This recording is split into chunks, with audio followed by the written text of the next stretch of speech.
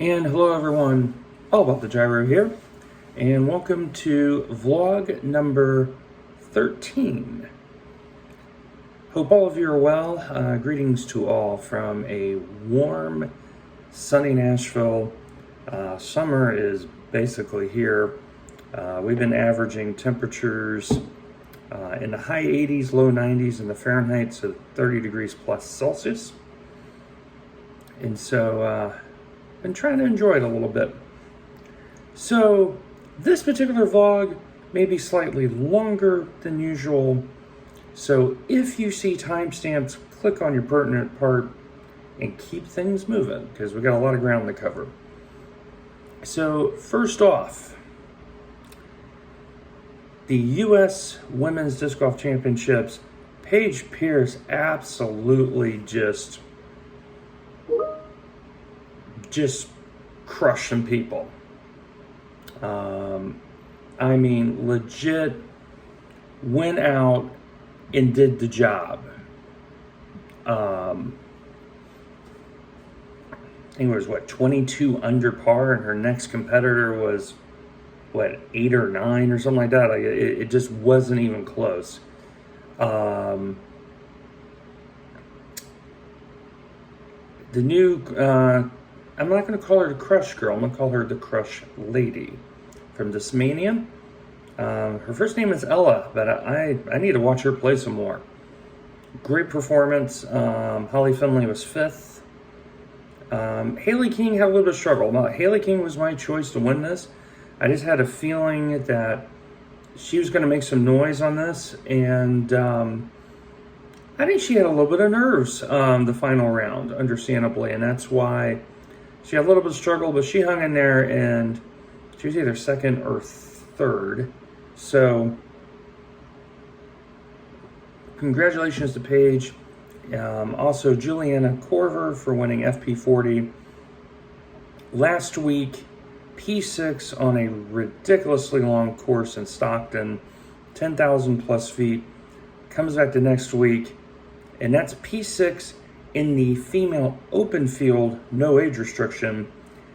Then comes back this week and wins FP40 over Jen Allen and a bunch of other women. So yeah, major congratulations to all the ladies who won their respective divisions. Disc Golf Network, fantastic coverage. Terry Miller, Valerie Doss or Valerie Jenkins, I never know which name to call her. We just know her as Val, right? And Hannah Macbeth. Hannah Macbeth was, for me, a major star of that presentation. Excellent insights, excellent analysis. Val with the great veteran oversight that ties everything together. Really high quality from Disc Golf Network.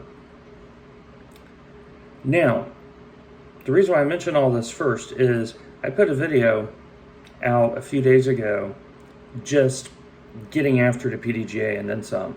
So to give you an idea, I have 30 subscribers. I am a nobody in the YouTube world.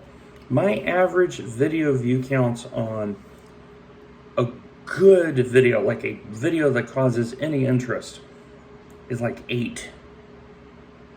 This video, I think, is the one that I put out of absolutely chastising the PDGA.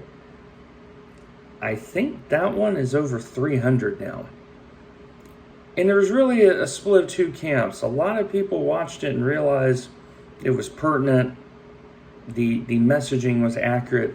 But then you had those few that think, oh, this guy's not, this guy's, trashing the PGA, he's trashing the club, da-da-da.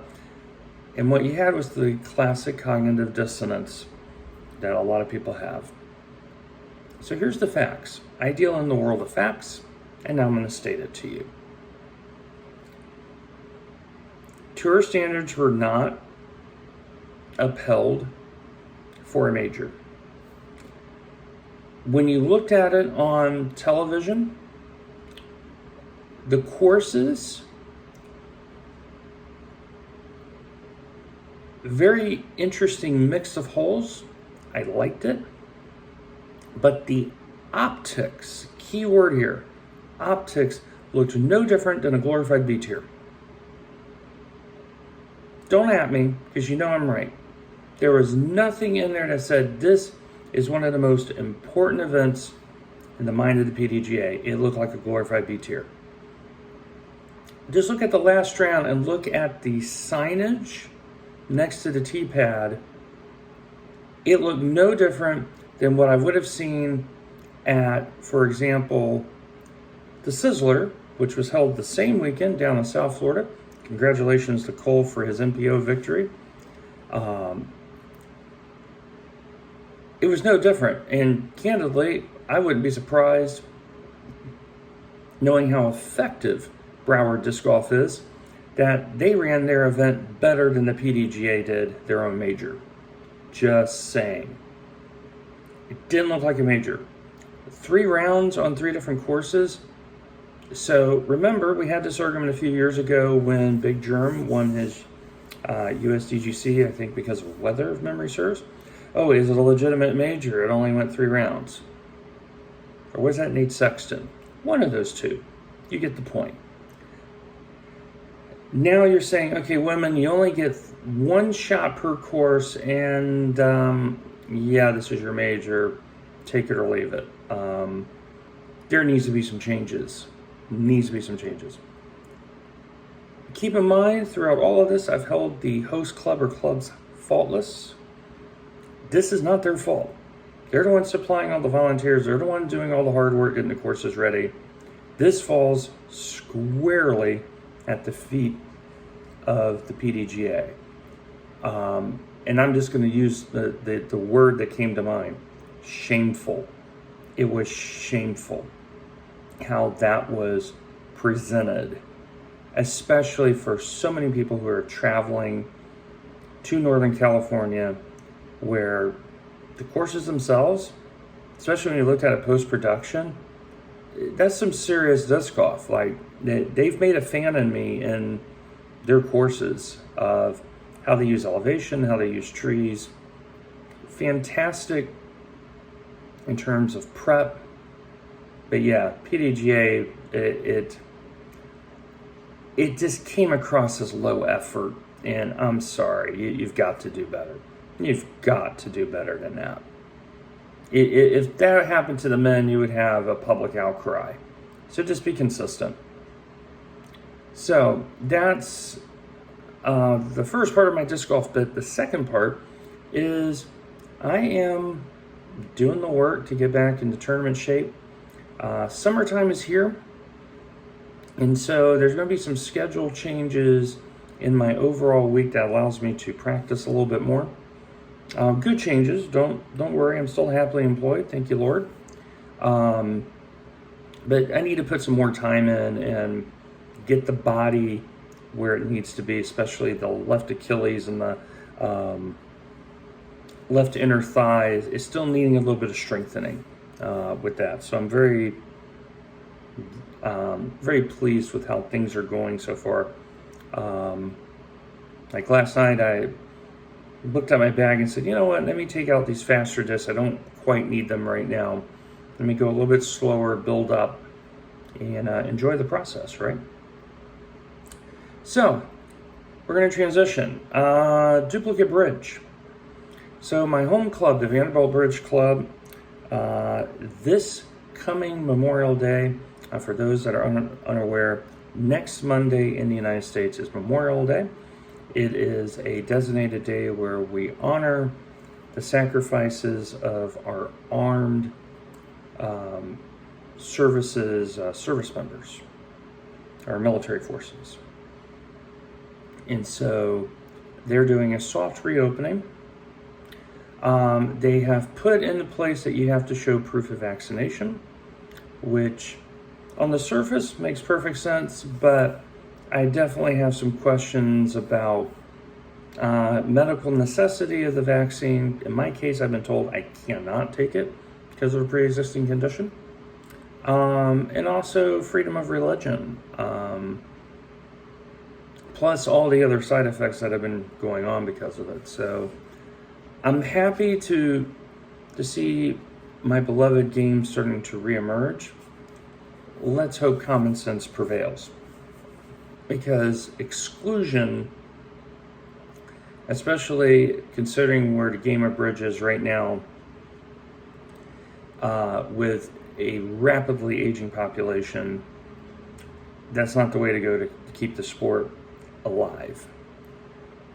But happy that they're reopening with that. Third thing, before I do my iRacing comments, let's talk about my personal life for a few moments. I haven't done one of these in a while. Using the Daniel Gray official scale of awesomeness from 1 to 14, it depends on if you look at the ongoing court case in that number or not. So without the court case, I'm doing a solid 10. Like a good consistent 10. Work is busy as all get out, but it's rewarding. My chiropractor, CrossRoad Chiropractic, is doing the job. My back is feeling much, much better. I do think I'm going to have to change my bed out. I went with the thick memory foam mattress for a year, and I don't think that has helped. I'm going to need something a bit firmer for the hips, tailbone, things thereof. I'm getting outside. I'm feeling a little bit more social. And yeah, it's the good Lord has been really restoring me incrementally and building me back up in my spirit. I'm looking forward to, good Lord willing, to number one fan, my mom, making the visit up here to Nashville in July. And it may not just be her coming, it may be some other folks. So the concept of family reunion, especially with what has happened with COVID and everything thereof, it kind of hits me right here in the feels. The court case is still going on. It's slow. It's dragging. But progress is being made. And I am just being patient. The Lord will take care of it. And it's definitely been a faith builder for me, seeing all of his favor on my life. And so very, very blessed, put it that way. So, last part of this, iRacing. So, I am recording this on Monday morning, the 24th of May. So, we're coming at the end of week 10. Montreal was not kind to me in the IMSA Online Sports Car Championship, sponsored by Haggerty. Lost almost 120 iRating, and one of them was due to a disconnect. Comcast had an outage, so that one I'm not, it is what it is, right? But the other, there were two other races where it really reaffirmed to me the need to reassess what I should be racing. I almost have a final set of decisions made in terms of what we're going to race, but I can tell you that the B license IMSA Online Sports Car Championship, once we have completed our season, and hopefully we still get a top 3. My championship rival in a GTE car did something very silly to me. Went for a gap that's always disappearing, and losing that one position was 14 championship points, and it's that close. I definitely don't think it was intentional, put it that way. But it's just bad, like dumb decision making at Montreal. And I was due for a really bad race, and I had it. I lost 68 because in the hairpin, the competitor behind me on cold tires, whenever it's lap 1, tries to dive on the inside of the hairpin and puts their car to where it's in my blind spot and others, and just wrecks me right off the road. And the physics, the cars got hooked together, so when I finally peeled away from him, I'm trying to get going. I'm on the grass. We all know grass is ice. By the time I get going again, I've spun, get hit, car flips, 22 minutes of repairs, game over. So if everything lines up, keywords, because I only have a 25 and a 27, so if I make a 5th attempt, I'm averaging 26 no matter what. I have the 345 and 545 local attempts to try to improve that average. So anything over a 27 is going to improve my average, because now I'm into the 5 through 8 attempts to where you average the 2 highest. So I'm hopeful though to still get that. Last time I tried this, I was P4 in GTD, so just getting that certificate will mean a lot to me. ESS is at Motegi this week. IMSA is at Imola. USF is at Lime Rock. And all 3 of those championships are on 7 of 8. So there's definitely a, let's finish these 3 and look at week 12 as a giant test session. And the reason for that, I'm just going to whip the camera over and point you over there, is the new wheelbase in the new wheel. And that is a Thrustmaster TSPC wheelbase, so 6 Newton meters of torque, and the Ferrari 488 wheel to start getting the muscle memory built up for season 3 of the iRacing calendar. So I've had a really good season. You know, I'm not going to look at one bad week and diminish it. I know I've driven much better than the results I've gotten. And so it's all about the process. So yeah, it's going to be an exciting week. In a separate video, not in this one, I'm going to disclose what we're racing next season, but I wanted to make sure that people that are in the know realize for at least the next 2 seasons, I will not be in the B license IMSA multi-class. Driving standards have been too poor, not good situational awareness. Looking at the body of work this year, it's no longer a series where I would feel comfortable driving in with all of the new accounts that have signed up. And the fact that IMSA is changing, GT is going away. And now you're going to see a very heavy GT3 presence. So it's time to prepare for that, and also to come to grips with the Porsche GT3 and see if it's really the car that I'm going to want to use. So anyway, we're about 20 minutes in, and I'm going to call this video good.